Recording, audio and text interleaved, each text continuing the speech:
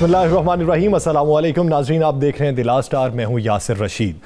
नाज़रीन, आज के प्रोग्राम का आगाज़ करेंगे सीनियर सियासतदान हाफिज़ हुसैन अहमद के आज के इलेक्शन के खुलासे से, जो उन्होंने किया है। उनका कहना है कि ना खुदा ही मिला, ना विसाले सनम, ना इधर के हुए ना उधर के हुए।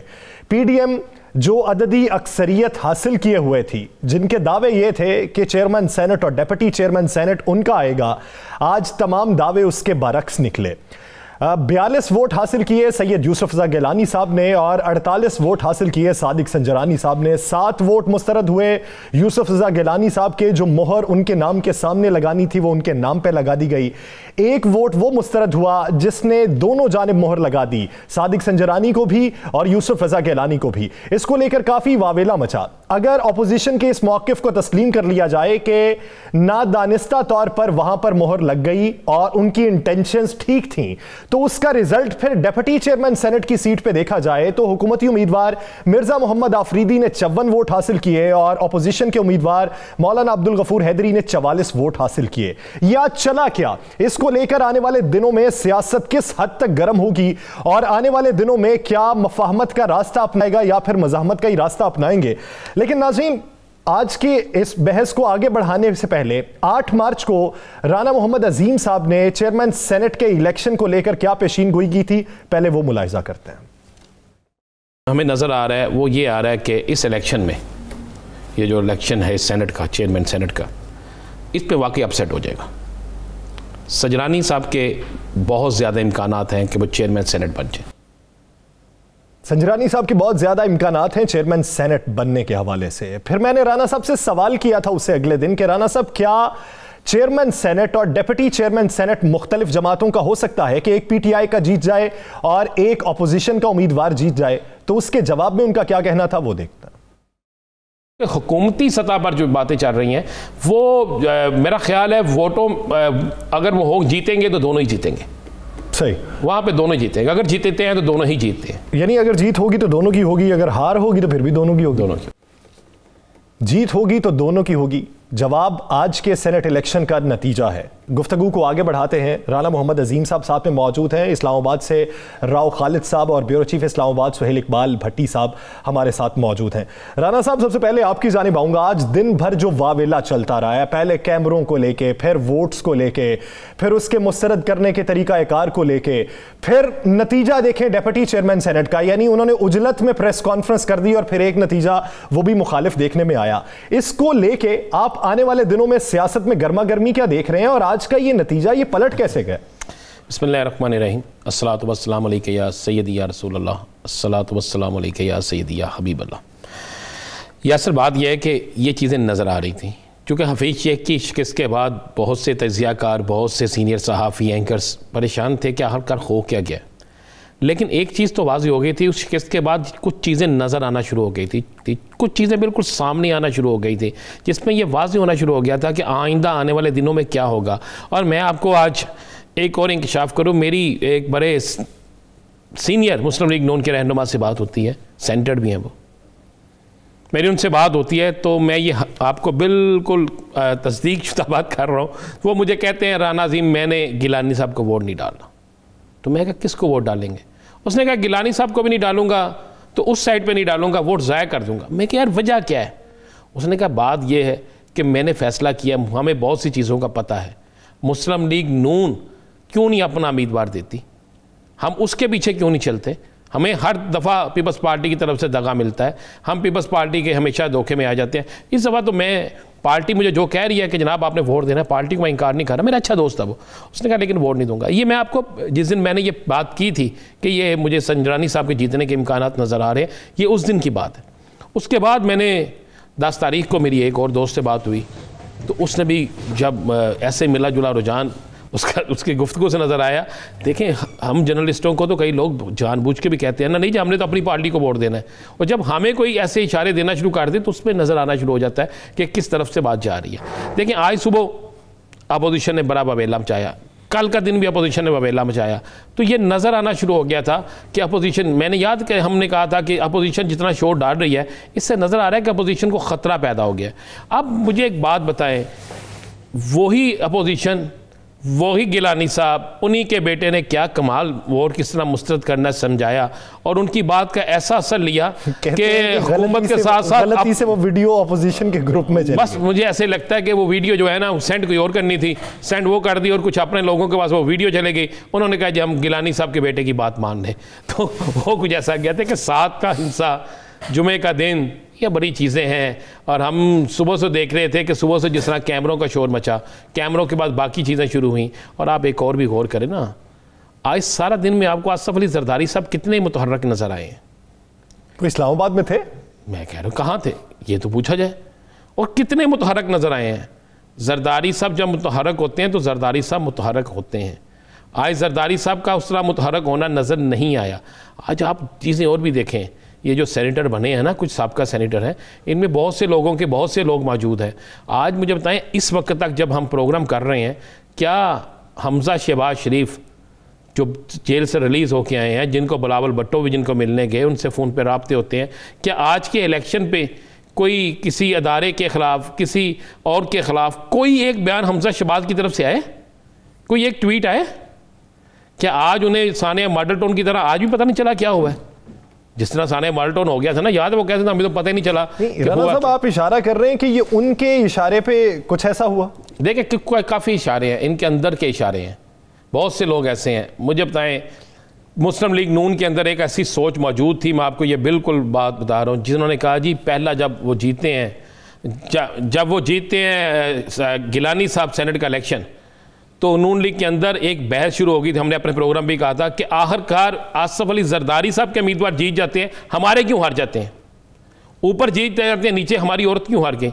तो फिर उनके जहन में एक बात थी, और मैं आपको ये बता दूं, आने वाले वक्त में हम निशानदेही भी कर देंगे किसने किसको किस तरह वोट नहीं दिया, किस तरह वोट मुस्तरद हुआ। मैं वही कहता हूँ, ये जनाब सेनेटर बड़े सीनियर लोग हैं, क्या उनको नहीं पता कि स्टैंप कहाँ लगानी है? बाकी तो सब लोगों ने लगा दी, सिर्फ 7 सेनेटर ऐसे क्यों थे जिन्होंने स्टैंप बाहर लगाई? एक सवाल है ना यासर, वो 7 कौन थे भाई? मुस्लिम लीग नून के अंदर भी एक बहुत बड़ा ग्रुप ऐसा मौजूद था जो नहीं चाहता था, और ऊपर से जलती पे तेल का काम मियां नवाज शरीफ की तकरीर ने, उनके ट्वीट ने, उनकी गुफ्तगू ने कर दिया। तो बहुत सी चीज़ें हैं जो सामने आना शुरू हो गई हैं। तो ये मोहर पे भी मजीद बात करेंगे कि ये 7 लोग कौन थे, ये इसका हल भी किस तरीके से निकलेगा, इस पर भी मजीद बात करेंगे। राव साहब, सीक्रेट बैलेटिंग का नुकसान किसे हुआ आज सबने देख लिया। इस पे वो शेर मैं पहले भी ट्रांसमिशन में बोल चुका हूं कि जो हम पे गुजरे थे रंज सारे वो खुद पे गुजरे तो लोग समझे, जब अपनी अपनी ही साजिशों के अजाब झेले तो लोग समझे। अब आप ये देखिए कि आज का जो नतीजा रहा, क्या इसके बाद अकल आ जानी चाहिए कि हम भी भुगत चुके, आप भी भुगत चुके, अब आइए मिल बैठ के बेहतर फैसला कर ले? देखिए यासिर, ये किसी अमेंडमेंट या किसी कानून से ये मसला हल नहीं होगा। ये जो हमारी सियासत का मिजाज है, इंतखाबी मिजाज जिसको कहते हैं, वो थ्रू आउट ऐसा ही रहा है। हम अगर फातिमा जिन्ना से शुरू हों, झुरलू से काम शुरू होता है, और फिर शफाफ इंतखाबात, और फिर ये RO के इलेक्शन 1951 से लेकर अब तक 97 में जब मियाँ साहब ने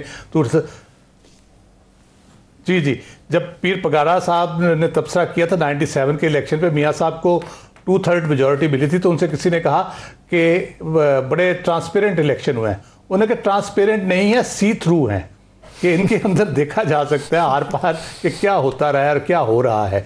तो ये एक हिस्ट्री है हमारी। बुनियादी तौर पे हमें अपनी जो सियासत है और जो जमहूरियत के जो लोग दावेदार हैं ख़ास तौर पे, उनको ये मिलके सारा करने की ज़रूरत है, लेकिन कोई इंटरेस्टेड नहीं है। हम कई दफ़ा ये बात कर चुके हैं, हर किसी को ये सिस्टम सूट करता है। 2 नंबरी का सिस्टम सबको सूट करता है, जिसमें वो जुगाड़ लगा सके, इस दफ़ा नहीं तो अगली दफ़ा लग जाएगी, 3 साल बाद इलेक्शन आएंगे उसमें कर लेंगे, 2.5 साल बाद जनरल इलेक्शन होंगे उसमें कर लेंगे, बल्दियाती इंतखाबात में भी उन्होंने जुगाड़ें लगानी है, चेयरमैन बनवाने हैं, व्हाटएवर जो भी करना है। तो ये बुनियादी तौर पे नेक नियति के साथ ये कोई नहीं करेगा। इमरान खान साहब जोर लगा रहे हैं, वो नेक नियति से लगा रहे हैं, क्योंकि वो पहले दिन से इस बात पे कन्विंस्ड हैं और वो कोशिश कर रहे हैं। न्यूट्रल एम्पायर्स डे के जैसे उनके बारे में कहा जाता है, उनके जहन में एक ये खाका है। लेकिन जो हमारी पॉलिटिकल लॉट है ख़ास तौर पे, चाहे PTI में हो, चाहे मुस्लिम लीग नून में हो, पीपल्स पार्टी किसी जगह पे भी हो, वो ये जोड़ तोड़, लेन देन, पैसों के जरिए करे, सियासी मैनिपुलेशन करे, वो नहीं चाहेगी कभी भी इस सिस्टम को कि ये ट्रांसपेरेंट हो। उसमें अगर आप ओपन इलेक्शन ना भी करें, अगर आप सही तरीके से जमहूरी निज़ाम को चलाएं, इंतखाब के निज़ाम को अच्छे तरीके से आप एग्जीक्यूट करें, इलेक्शन कमीशन अपना रोल बिल्कुल एक ऑनेस्ट आईनी इदारे की तरह अपना किरदार अदा करे, तो ये ज़रूरत नहीं रहेगी आपको ये सारे कानून बनाने की, करने की। लेकिन मसला ये है कि कहीं पे ना किसी इदारे में नीयत मौजूद है, ना उन लोगों में नीयत मौजूद है जो किसी ना किसी तरीके चोर दरवाजे से, चाहे इंतखाब भी चोर दरवाजे का रास्ता हो या पावर कॉरिडोर में किसी और तरीके से किसी और की हमायत से दाखिल होना चाहते हो, वो हमेशा से इसी तरह का निज़ाम चाहेंगे जिसमें आवाम की आवाज़ जो है वो तवाना ना हो सके, जिसमें वो आपस में मिलकर फैसले कर सके कि किसको आगे लेके आना है, किसको पीछे करना है, किसको दाएं बिठाना है, किसको बाएं बिठाना है, किसकी बारी कब होनी है। तो ये प्रॉब्लम ये है, कानून आ जाएगा, उससे ज़्यादा से ज़्यादा ये होगा कि लोग फिर खुल के कहेंगे जी हाँ जी हमारा ज़मीर जिंदा है, वो पैसे भी ले लेंगे और कानून जो मौजूद है उसी पे सही तरीके से अमल दरामद हो जाए तो बहुत सी चीजें बेहतर हो सकती हैं। भट्टी साहब, आप क्या समझते हैं आने वाले दिनों में सियासत में पेट सेंटेंस क्या होगा दोनों जानिब से, ज़मीर, हॉर्स ट्रेडिंग या दबाव? अगर तो कुछ तकवीयत मिल जाती ऑपोजिशन के स्टांस को कि 7 वोट हमारे थे, वो दानिस्ता तौर पे, नादानिस्ता तौर पे मोहर उधर लग गई, उनकी इंटेंशंस गलत नहीं थी, तो वो तो रद्द कर दिया ऐसा असर डेप्यूटी चेयरमैन सेनेट की सीट पे, तो आने वाले दिनों में आपको किसका स्टांस मजबूत होता दिखाई देता है और किस बुनियाद पे? यासिर, देखिए आज के चेयरमैन और डिप्टी चेयरमैन सेनेट के इलेक्शन के बाद हुक्मरान जमात के वाबस्ता लोग शादियाने बजा रहे हैं, खुशी से निहाल हैं, जबकि अपोजिशन वही इल्ज़ाम तराशी, अदम इत्मीनान चैलेंज करेंगे, कोर्ट का दरवाज़ा खटखटाएंगे, तो एक रिफ्ट बदस्तूर बरकरार है। लेकिन मामला ये है कि हैरानकुन तौर के ऊपर जो कुछ आज हुआ और उससे पहले जो कुछ 3 मार्च को हुआ, ये इसके ऊपर सिर्फ अपनी ज़ाती अनाओं को एक साइड पर रख कर जमहूरियत और इस मुल्क के और बेहतरीन मफाद में और इस पार्लियामेंट के तकद्दुस और वक़ार के लिए ये क्या बेहतर हुआ क्या नहीं हुआ, इसको भी ज़रूर देखने की ज़रूरत है। देखिए, चेयरमैन सेनेट मुंतखब हुए सादिक संजरानी साहब और डिप्टी चेयरमैन सेनेट मुंतखब हुए मिर्ज़ा मोहम्मद अफरीदी साहब, दोनों उम्मीदवार पाकिस्तान तहरीक इंसाफ की सीट पर सेनेटर मुंतखब नहीं हुए थे।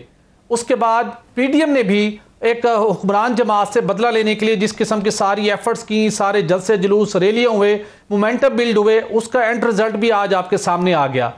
मामला ये है, जो आइन और कानून के अंदर जहाँ कहीं गुंजाइश है, कोई कबाहत मौजूद है जिसकी वजह से एक दूसरे के वोटों को खरीदने की या उनको कन्विंस करने की करके पूरे ईवान के वकार को मजरूह करने की कोशिश की जाती है, अब ये वक्त है कि सब मिल बैठकर उन गलतियों को और उन जहां पर पेचीदगियां हैं उनको दूर करने के लिए एक काम करें। दूसरा उसके बढ़ के बात है कि ये सियासत और ये मुखालफाना जो रवैया है ये तो यूं ही जारी रहेगा, लेकिन हुक्मरान जमात और अपोजिशन को 3 मार्च और आज के सेनेट के इंतखाबात के बाद बैठ कर के मुल्क को के कौम के बेहतरीन मफाद में क्या है, किस तरीके से सियासत के अंदर जो पिछले 1951 से जैसा कि हमने जिक्र किया जो एक भेड़ चाल और जो खराबी मौजूद है उसको दूर किया जाए, फिर ही इस मुल्क को इस सारी सियासत के और इस ईवान के जो सम्राट है वो मुंतकिल हो सकते हैं। अदरवाइज ये सारी जो हमारी एफर्ट्स हैं ये हमें पीछे धकेल रही है आगे ले जाने की बजाय, और ये एक बेहतरीन वक्त है 23 मार्च को जब हम इस फिलॉसफी के साथ आगे बढ़ रहे हैं, एक कौम एक मंजिल।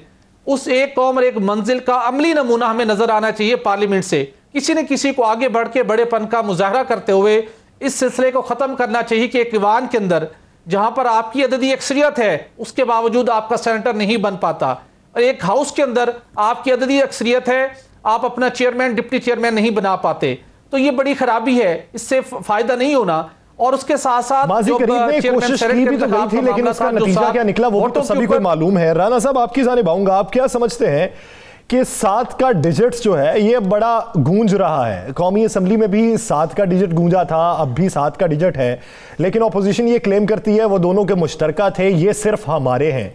अब क्या समझते हैं कि वो 7 लोग हैं कौन से जिन्होंने इस तरफ मोहर लगाई, और बाद में उन्हें जब पता चला कि इस पे तो वावेला हो रहा है, अब सब लोग बात करेंगे कि जब वावेला हो गया तो उसके बाद कैसे लग गई, तो उन्होंने फिर हुकूमती नुमाइंदे को लगा दी, ये कैसे पता करेंगे 7 लोग कौन से? देखिए, मेरे पास जो इतला है उसमें 2 का तल्लक तो है बलूचिस्तान से, 2 का तल्लक बलूचिस्तान से है, 1 का तल्लक जो है वो KPK से है, और बाकी जो 3 हैं उनका तल्लक जो है, बल्कि 4 का तल्लक पंजाब से।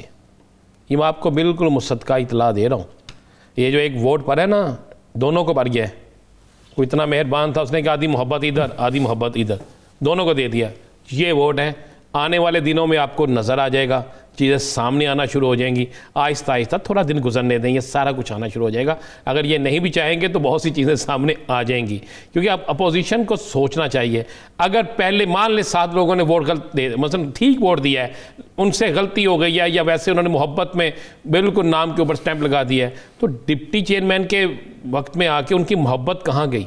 वो मोहब्बत नफ़रत में क्यों बदल गई? वो मोहब्बत नज़रियात को तब्दील करने में क्यों तब्दील होगी? वो उस मोहब्बत के वक्त अंदर का इंसान क्या जाग गया? क्या हुआ?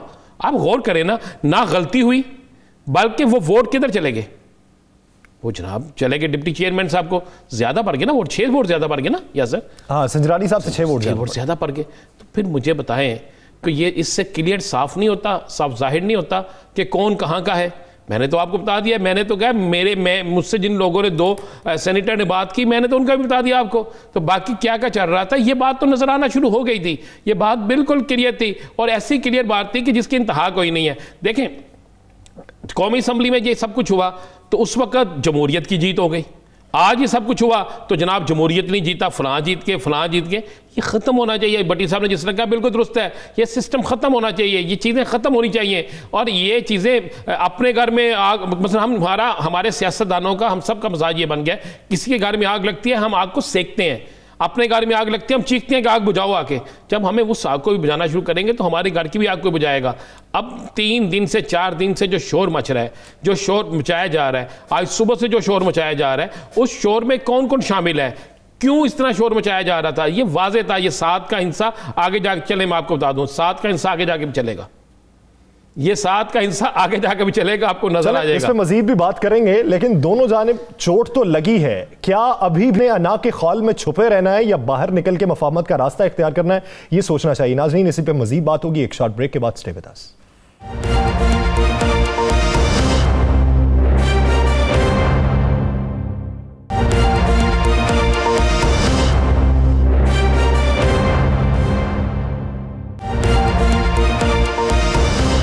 Welcome back.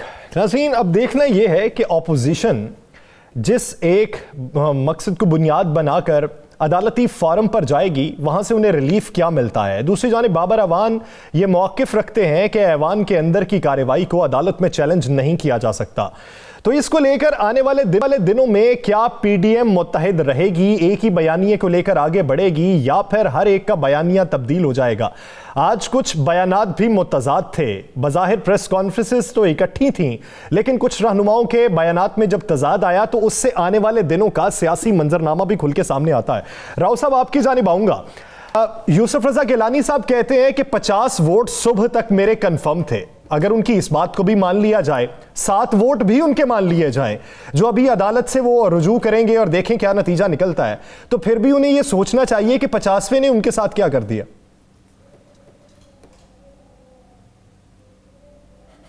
जी बिल्कुल, ये बात यह कि ये 7 वोट कोई गलती से या वो कह ले कि कोई बेवकूफ़ी से तो नहीं डले, वरना वो बाद में भी डल जाते अगर गलत थे तो।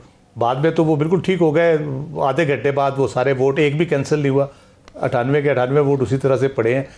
तो उनको चैलेंज करना चाहिए, बिल्कुल चैलेंज करना चाहिए। वो आज असल में जो डिबेट हो रही थी वो ये हो रही थी कि अगर ये इतने अपने लोगों पे इनको यकीन है, भरोसा है, तो उसका आसान हल ये है कि आप वोट ऑफ नो कॉन्फिडेंस ले आएँ चेयरमैन के ख़िलाफ़, अगर आपके लोग इतने पक्के हैं सारे। लेकिन उनको भी पता है कि असल सूरत हाल क्या है। उनके जो सफ़ों के अंदर जो कह लें कि इंतशार है, वो किसी वजह से नज़र नहीं आ रहा था या नहीं आ रहा है अभी तक उस तरह से, सिर्फ वोटों की शक्ल में नज़र आता है। वो तो मौजूद है, उसमें हम देखते हैं। पंजाब में आप देख लें, जैसे कि राणा साहब ने भी इंडिकेट किया कि नून के लोगों को मुमकिन है कुछ इशारा किया गया हो।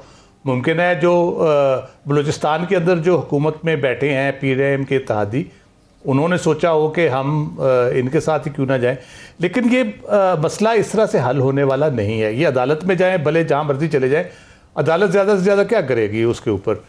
कौमी असम्बली में भी ये हुआ था किस्सा। अगर ये मान ली जाए इनकी आर्गूमेंट के इंटेंट ऑफ वोटर, जो कि मैं बिलीव करता हूँ, इंटेंट ऑफ वोटर बिल्कुल जहाँ मोहर लगती है, नाम के ऊपर लगे, आगे लगे, पीछे लगे, अगर वो इंटेंट ऑफ वोटर क्लियर है, ये तो लॉ भी है और सुप्रीम कोर्ट के फैसले भी हैं, वो क्लियर है। लेकिन सुप्रीम कोर्ट में इंटेंट ऑफ वोटर के ऊपर तो कोई बात नहीं की किसी ने, ना इलेक्शन कमीशन उसको माना, वो रिजेक्ट हो गया वोट के, साइन कर दिए या टिक लगा दिया। हालांकि नेशनल असम्बली के अंदर तो प्रायोरिटी का चक्कर भी नहीं था, एक एक कैंडिडेट था, उसमें 1 2 लिखें या निशान लगा दें, तो उसमें इतना कोई मसला नहीं है। इंटेंट ऑफ वोटर के ऊपर फिर लेकिन आज सीक्रेट बैलेटिंग के ऊपर ऑपोजिशन का ये सोचना बनता है कि अगर हम ओपन बैलेटिंग के हक में होते तो नताइज इससे मुख्तलिफ होते। वज़ीर-ए-आज़म इमरान खान ने सीक्रेट बैलेटिंग को लेकर ऑपोजिशन को क्या पैगाम दिया था, वो सुनते हैं। हम गवर्नमेंट में बैठ के कह रहे हैं कि ये ओपन बैलेट होनी चाहिए, जबकि मैं आज आपको कह रहा हूँ कि यही लोग रोएंगे जबकि देखें जी तहरीक इंसाफ की सीट से ज़्यादा मिल गए हमें सेनेटर्स, ये लोग रोएंगे। अभी मैं आपको कह रहा हूँ क्योंकि हम ज़्यादा सीटें ले सकते हैं। हम एक मुल्क में चेंज लेके आ रहे हैं कि जब करप्शन ऊपर से शुरू होती है, जब आपकी पॉलिटिकल लीडरशिप करप्ट होगी, तो क्या थानेदार और पटवारी ठीक हो जाएगा? वज़ीर-ए-आज़म इमरान खान का कहना था ये रोएंगे अगर सीक्रेट बैलेटिंग हुई, हम वोट ज़्यादा ले सकते हैं। भट्टी साहब, खान साहब ने ये कहा था कि हम चेंज लाना चाहते हैं, तो आप क्या समझते हैं कि जब चेंज मुमकिन नहीं रहा तो उन्होंने फिर वही पैंतरा खेला जो अपोजिशन ने खेला? यहाँ से देखिए सूरत बड़ी दिलचस्प है। यकीनी तौर के ऊपर जो इमरान खान साहब ने जिस मसले की जानिब निशानदही की थी और उस दिन से बचने के लिए जो एफर्ट वो करना चाहते थे, अपोजिशन उस वक्त नहीं मानी और अब वो उसी बात के ऊपर वो सरापा एहतजाज हैं और अपनी तहफ़्फ़ुज़ात का इजहार कर रहे हैं। इसी तरह की सूरत हाल थी 2018 में जब सेनेट के इलेक्शन हुए थे। आपको याद होगा आसिफ अली जरदारी साहब का उस वक्त भी बड़ा कलीदी कारनामा था। डॉक्टर क़य्यूम सुमरू साहब मुतहरिक हुए थे, कोयटा में जाकर बैठे थे, उन्होंने जोड़ तोड़ की और उस वक्त शायद खकान अब्बासी साहब वज़ीर आज़म थे और मुस्लिम लीग नून और उसके इत्तेहादी उस वक्त सरापा एहतजाज थे। सादिक संजरानी साहब का सेनेटर बनने के अंदर आसिफ अली जरदारी साहब और उनकी टीम का कलीदी किरदार था और उसके बाद जो नताइज भुगते, उस वक्त भी बड़ी जग हंसाई हुई थी पाकिस्तान में भी और आलमी सतह के ऊपर भी, जब वो सेनेटर बने और उसके बाद अददी अक्सरियत होने के बावजूद चेयरमैन जब सेनेट की वो लेके आए थे अदम एतमाद की करारदाद, वो नाकाम हो गए थे। आज भी तहरीक अदम एतमाद, आज भी वही कुछ हुआ। देखिए जो मैं बात कर रहा था कि हम इस सारे प्रोसेस के ऊपर बैठ के वो कुछ सजेशन इमरान खान साहब की हैं, बेहतर हो सकती हैं, नून लीग की बेहतर हो सकती है, अडॉप्ट करनी चाहिए, पीपल्स पार्टी की बेहतर तजवीज़ हो सकती है, एक बेहतर इस्लाहात का सफ़र शुरू होना लाजमी है, बजाय इसके कि हम डर्टी बिजनेस जारी रखें। और उसके बाद जो गुज़श्ता रोज़ हमने देखा कि सियासत की वजह से हमने अपने इदारों के उन 3 अहम शख्सियात को नाम लेके जिस तरीके से उनको डिफेम करने की कोशिश की, आलमी सतह के ऊपर जग हंसाई करने की कोशिश की, क्या वो जेब देता है हमें? बजाय इसके कि हम गलत फहमियों की बुनियाद के ऊपर, खदशात की बुनियाद के ऊपर, तहफ़्फ़ुज़ात की बुनियाद के ऊपर इस तरह नाम लेकर अपने इदारों को बदनाम करने की कोशिश करें, उसके लिए बेहतर है कि एक दफ़ा आप मिल बैठें। सबके तहफ़्फ़ुज़ात भी हैं, सब एक दूसरे के डसे हुए भी हैं, जरूरत भी है और सबके लिए बैठ के बेहतर फैसले भी हो सकते हैं। राना साहब, जैसा कि खदशात की बात हो रही थी, मैं एक आम सा शहरी हूं, मुझे ज्यादा टेक्नोलॉजी का भी इल्म नहीं है कि कितनी जल्दी आप वो निकाल सकते हैं। मिसाल आप ये देखिए कि अगर खदशात मौजूद नहीं थे कि इधर से ऐलान हुआ, उधर से प्रेसिडेंट निकाल के ले आए कि ये मिसाल है 2004 की 1899 केस नंबर है जिसके मुताबिक ये कहा गया कि नीयत पे शक नहीं किया जा सकता, फिर 2007 की मिसाल भी ले आए, तो इसका मतलब ये कि ऑपोजिशन को पहले से खदशात मौजूद थे कि मोहर गलत हो सकती है, गलत जगह पे लग सकती है, जिसकी वजह से मिसालें पहले से पास रखी हुई थी। देखिए यासर, मैं आपको एक बात बता दूं, 2 दिन पहले अपोजिशन को पता चल गया था वो इलेक्शन हार गए। ये जो 2 दिन पहले शोर मच गया था ना, मैंने सुबह भी आपको कहा ट्रांसमिशन में कि मुझे एक बात बताएं, इन्होंने इल्ज़ाम तो लगा दिया, पाकिस्तान के अदारों के अहम तरीन अफराद पर इल्ज़ाम लगा दिया, और अगर हम वो शॉर्ट सुना सकें तो उसमें क्या कहते हैं हाफिज़ अब्दुल करीम साहब कि मुझे एक कॉल पे ये कहा गया कि आपसे दरख्वास्त है। कहने वाला कौन है मुझे नहीं पता। क्या कहा जनाब? ये कहा कि आपसे दरख्वास्त करते हैं कि आप PDM के उम्मीदवार को वोट ना डालें। भाई जिसने वोट डलवाना होता है क्या वो दरख्वास्त का कहेगा? जिसने ज़बरदस्ती आपसे वोट लेना है या आपको डराना है या धमकाना है, तो वो ये कहेगा जनाब आप क्या कि हम दरख्वास्त करते हैं। यासर ऐसा नहीं है, ये एक प्लानिंग की प्लानिंग इन्हें पता था जब कोई बंदा इलेक्शन हारने लगता है ना, तो वो जिसे कहते हैं ना पंजाबी में रोंदी, तो ये शुरू कर देता है, रोना शुरू हो जाता है कि जनाब वो चीखो पुकार शुरू हो जाते हैं, जनाब ये होने जा रहा है, ये होने जा रहा है, ये होने जा रहा है। भाई आपके वोटर थे, आपके पास वोट थे, आपको कंफर्म था आपके हैं, इसी तरह कंफर्म था तहरीक इंसाफ को कि उनके हैं, इसी तरह कंफर्म था मुस्लिम लीग नून को भी कि पीटीएम के अंदर जितने यूसुफ रज़ा गिलानी को वोट पड़ेंगे उतने ही उनके उम्मीदवार को भी पड़ेंगे। ये सारी चीजें सबको कंफर्म थी। राणा साहब, अब अगर एक मौक़िफ़ सामने रख दिया जाए कि वो जो 7 लोग जिन्होंने वो वोट लगाए वो सामने ले आए, तो वो आ जाएंगे? कोई नहीं आएगा सामने। ये लेके आए ना सामने, चले ये लेके एक मौक़िफ़ है ना, ये आप अपना सकते हैं, हुकूमत अपना सकती है कि वो 7 वोट जिन्होंने लगाए वो आके बता देंगे जी हमसे लगे। बहुत अच्छी बात आपने की, लाए ना सामने। यहाँ तो वो 7 लोग हैं जिनको गिलानी साहब से इतनी मोहब्बत थी कि उन्होंने उनके नाम के ऊपर स्टैंप लगाई कि जनाब हमारी मोहब्बत का इजहार ये है। तो अगर उन 7 को मोहब्बत थी, जो बाकी थे वो नफरत में लगा के गए। वो क्या थे? क्या वो सतेले थे? ऐसा नहीं था। कुछ लोगों से इन्होंने कस्में ली हुई थी। क्या मुझे बताएं, इस्लामाबाद के अंदर एक मारूफ जगह जहां पे ये इकट्ठे हुए थे, क्या वहां पे हलफ नहीं लिया गया था? क्या कुरान पाक में हलफ नहीं लिया गया था कि आप सब हलफ देंगे, आप वोट देंगे? तो भाई जिसने हलफ दिया था उसने कहा जनाब वोट तो इसी को दूंगा, स्टैंप जहां मर्जी लगा दो। ये हुआ है। और कि एक शख्स ने, मुझे तो लगता है 2 तरफ हलफ दे दिया था, तो उसने कहा दोनों को मुकम्मल करने के लिए दोनों तरफ लगा दो। भाई मामला ये हुआ यासर, ये हलफ हुआ सिर्फ गिलानी साहब की बात पे। मैं बिल्कुल आपको बता रहा हूँ, गिलानी साहब को वोट देने पे हलफ लिया गया।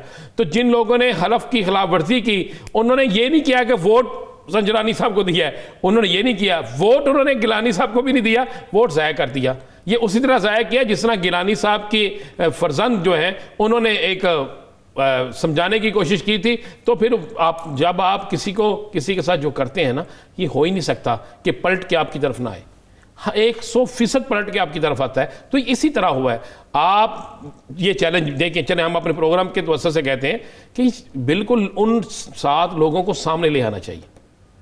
उन्हीं सेनेटर्स में से 7 है ना, आके मान लें कि जनाब हमने बिल्कुल गिलानी साहब को वोट दिया है और हमने बिल्कुल स्टैंप ठीक लगाई है, हमें नहीं पता था ऐसा है ऐसा है ऐसा है, वो ले आए सामने।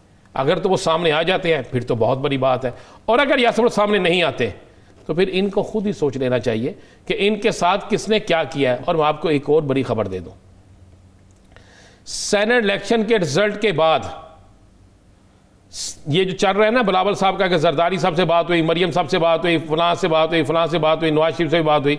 जनाब मौलाना साहब की पार्टी के अंदर बाकायदा एक अहम शख्सियत ने कहा कि मौलाना साहब जनाजा निकल गया हमारे साथ क्या हुआ है, हमारे इतने कम वोट क्यों हो, हमारे सीट पे ऊपर वोट दूसरी तरफ किस तरह चले गए, और उस पर कोई बात नहीं कर रहा, बात सिर्फ गिलानी साहब पे कर रहे हैं। तो जिस पर बड़ी अंदर तलखी हुई है। और अब इस तलखी के बाद मौलाना और मरियम एक पेज पे होंगे और बिलावल भुट्टो उस पेज पे नहीं होंगे। अब बिलावल चाहेंगे कि लॉन्ग मार्च हो, लेकिन लॉन्ग मार्च सिर्फ 1 या 2 दिन का हो। मौलाना और मरियम ये फैसला कर चुके हैं कि अब हमने आगे अगर अपनी इज्जत बचानी है तो हमें लंबे अरसे तक बैठना पड़ेगा इस्लामाबाद, लेकिन ये ख्वाहिश पूरी नहीं होगी। राव साहब, आप क्या समझते हैं, तहरीक अदम एतमाद, लॉन्ग मार्च, उसमें बयानिया किसका मजबूत, पाकिस्तान पीपल्स पार्टी का, नून लीग, JUIF का, हिस्सा किसे मिला, ये भी आपके सामने?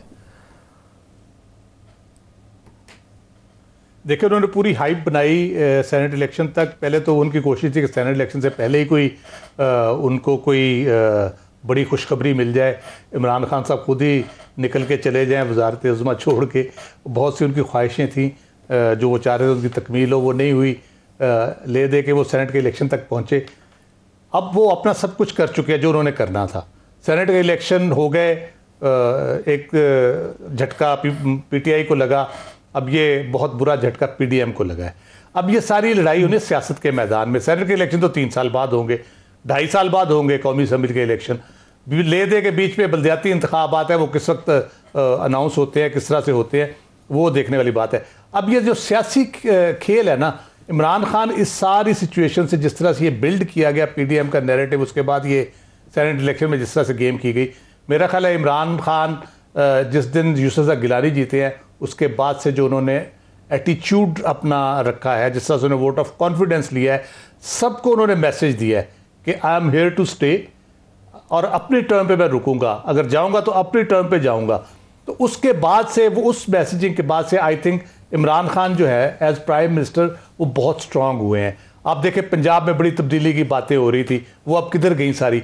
मेरा नहीं ख्याल कि उधर कोई तब्दीली होने जा रही है। यानी वही जो ऑपोजिशन ने ये बयानिया अपनाया था कि अगर हम बात करेंगे, अगर हम डायलॉग करेंगे तो सड़कों पे धक्के खाने पड़ेंगे इनको, जिसका नतीजा कोई नहीं निकलना। तो वजीर आजम ने अब कहा कि अब मैं रुकूंगा या मैं जाऊंगा तो मैं अपनी शर्त पे रुकूंगा और जाऊंगा। नाज़रीन, इस पे राव साहब बात करेंगे, लेकिन यहां पे लेनी है एक short break. Stay with us नाज़रीन।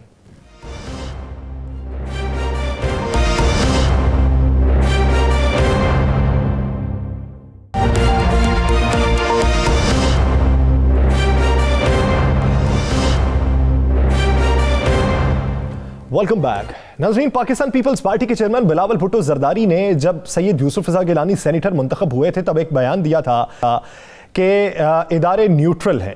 आज उनकी हार पर बयान दिया कि ख्वाहिश है कि इदारे न्यूट्रल रहें और उन पर एक तनकीद भी की गई, एक तंज किया गया पाकिस्तान मुस्लिम लीग नून के रहनुमा की जानिब से। इस पर मजीद बात करते हैं, भट्टी साहब की जानिब बढ़ूंगा। अब जैसा कि तलाल चौधरी साहब की जानिब से न्यूट्रल के लफ्ज़ को लेकर तंज किया गया बिलावल भुट्टो साहब को, तो बिलावल भुट्टो साहब ने भी तंजन जवाब दिया है। तो आप क्या समझते हैं कि आने वाले दिनों में इदारों के खिलाफ जो अपोजिशन जमातों ने पॉलिसी अपनाई थी उसको लेकर मुख्तलिफ जमातों में मुख्तलिफ बयानिया नहीं हो जाएगा? यासिर, आप बिल्कुल ठीक कह रहे हैं। बयानिया तो मुख्तलिफ हो जाएगा, लेकिन हमारी सियासत को और हमारे सियासतदानों को बयानिया मुख्तलिफ हो जाए। कल हम एक नया बयानिया अडॉप्ट कर लें, एक नई स्ट्रेटजी अडॉप्ट कर लें, एक यू टर्न ले लें, हमारी सियासत और हमारे सियासतदानों को इससे कोई फ़र्क नहीं पड़ता। लेकिन जो फ़र्क पड़ता है इस सारे सियासी खेल में, इस सारे अना के खेल के अंदर, जब हम इदारों को लेके आ रहे हैं, हर जिस तरह आप मजाक बना हुआ कि न्यूट्रल हैं, कुछ घंटों के बाद न्यूट्रल होना चाहिए, अभी आप कहते हैं न्यूट्रल थे, अब न्यूट्रल हो चुके हैं, आप कहते हैं न्यूट्रल हो जाना चाहिए। तो हर जगह के ऊपर आप इदारों को मुसलसल इन्वॉल्व कर रहे हैं, जो कि इंतहाई खौफनाक फैक्टर है इस मुल्क की सियासत के लिए भी और मुल्क के निज़ाम के लिए भी। यही चीज़ हम मतलब मुसलसल डिस्कस कर रहे हैं कि हमें उन खराबियों को ठीक करने की ज़रूरत है जहाँ पर हम इदारों को, हर जगह के ऊपर इदारों को इन्वॉल्व कर रहे हैं। देखिए, अपोजिशन के लोगों से जब हम बात करते हैं ना, उनके अंदर इस बात के ऊपर बेशतर लोगों में इत्तफाक पाया जाता है कि हमें जो इस सारे सिस्टम के अंदर रसाई मिलनी है, भले हम तनकीद करें, जो कुछ मर्जी करें, हमें किसी न किसी इदारे से सपोर्ट चाहिए। हुक्मरान जमात के लोगों के अंदर भी एक तासुर है, वो ये फील करते हैं कि इदारों की सपोर्ट के साथ ही हम गवर्न कर सकते हैं। तो फिर वो जो अवाम के वोट की बात करते हैं और जमहूरी निज़ाम की बात करते हैं, वो कहाँ गया? ये ख़तरनाक फैक्टर है, इसकी हौसला शिकनी की ज़रूरत है। हमें अपनी सियासत में इदारों को, रियासती इदारों की शख्सियात को और उनके किरदार को डिस्कस भी नहीं होना चाहिए और अमली तौर पर भी उसका रोल नहीं होना चाहिए। अमली तौर पर रोल नहीं होना चाहिए और मसबत तौर पे तब्दीली होनी चाहिए, जमहूरियत का निज़ाम परवान चढ़ना चाहिए और जमहूरियत को फ़रोग़ मिलना चाहिए। राना साहब, पाकिस्तान के अहम इदारों के खिलाफ जो मुहिम चली और 2 दिन में चली और उसको लेकर काफ़ी वावेला किया गया और बैनुल अक़वामी सतह पर हमारी हर्जा सराई हुई है। बाकायदा मीडिया ने भी उसको, जो बैनुल अक़वामी मीडिया है और हमारे हमसाये ममालिक के मीडिया ने किस तरह उसे उछाला है। आप क्या समझते हैं कि जो 3-4 माह पहले जो एक सिनेरियो बना हुआ था फिर से वही जन्म नहीं ले रहा? बिल्कुल वही ले रहा है। देखिए, इसमें आप ये गौर करें कि पाकिस्तानी अदारों के खिलाफ, पाकिस्तानी अहम तरीन अदारों पे, उनके सरबराहों पे तनकीद का फ़ायदा किसको होगा? कौन इसको जो है सबसे ज़्यादा इस पर खुश होगा? भारत खुश होगा, इसराइल खुश होगा, वो कुव्वतें खुश होंगी जो पाकिस्तान के अदारों के ख़िलाफ़ है।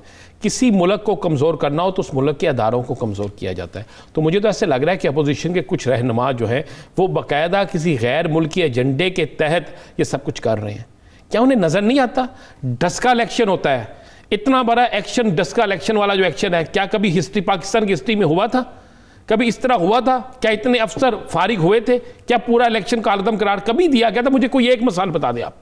नहीं, पोलिंग स्टेशंस पे दोबारा हो जाते थे पूरे हल्के पे। तो उस वक्त मुझे बताइए, अगर अदारों ने कुछ करना होता, अदारे करना देते?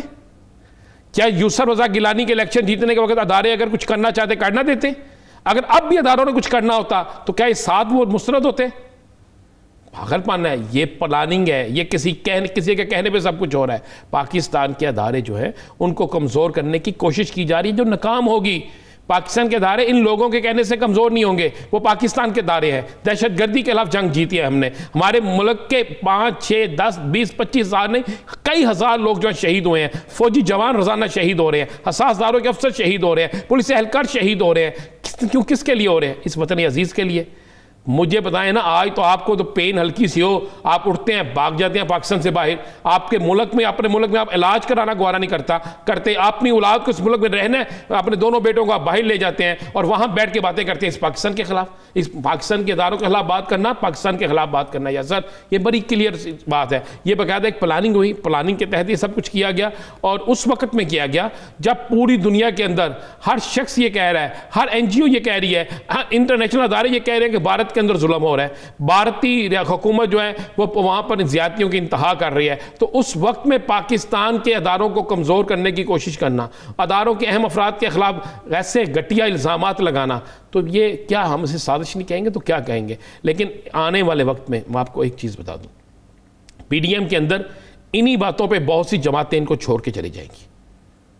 आप गौर करें कि एक जमात बेइंतहा ऐसी गुफ्तगू कर रही है और उसी के साथ दूसरी जमात जो है वो इज्तनाब कर रही है। इस पर राव साहब का भी स्टैंड ले लेते हैं। राव साहब, आप क्या समझते हैं कि यानी चेयरमैन PPI बिलावल भुट्टो बेशतर मौक़ों पे जब आप इदारों के खिलाफ आपके साथ वाली जमात स्टांस अपनाए हुए थी तो वो खामोशी इख्तियार कर लेते थे या मसलहतन अपने जुमले तब्दील कर लेते थे, लेकिन आज तो उन्होंने तलाल चौधरी साहब को जिस तरह का रिबर्टल दिया है उससे तो आने वाले दिनों में ये लग रहा है कि आपकी सोच मुख्तलिफ हो जाएगी। देखिए, एक तो जो इदारों को टारगेट किया जा रहा है उसका बुनियादी मकसद, इसमें कोई शक नहीं है, कुछ ज़ाती फ़वाइद हासिल करने की कोशिश की जा रही है। जैसे नैब ऑर्डिनेंस पे इन्होंने कोशिश की FATF के ऊपर, वो समझते थे शायद ये कोई फ़ौज बिल लेके आ गई है तो इसलिए हमें इस पर पूरा कैश कराना चाहिए। हालांकि जो मुल्क और रियासत की ज़रूरत है उसके ऊपर तो सारे इदारे हों, पॉलिटिकल लोग हों, मैं हूँ, आप हो, कोई भी हो, उस तरह से वो करें। लेकिन ये बदकिस्मती है कि अपनी लड़ाई वो खींच के इधर ले आते हैं। मैं राना साहब की बात से एग्री करता हूँ कि सेनेट के अंदर आज अगर 48 वोट्स जिलानी साहब को पड़े हैं तो उसमें इदारों ने क्या किया है जी, उसको तो 54 उसको भी पढ़ने चाहिए थे ना। मिर्जा अफरीदी को अगर 54 पढ़े, वो भी पॉलिटिकल रीजंस की वजह से पढ़े हैं। बलूचिस्तान और फाटा के जो लोग थे वो समझते थे कि सही रिप्रेजेंटेशन आ रही है फाटा के लिए, तो वो उन्होंने अपनी पार्टी लाइन से हट के ऑब्वियसली वोट किया होगा। ANP भी हो सकती है उसमें और लोग भी हो सकते हैं।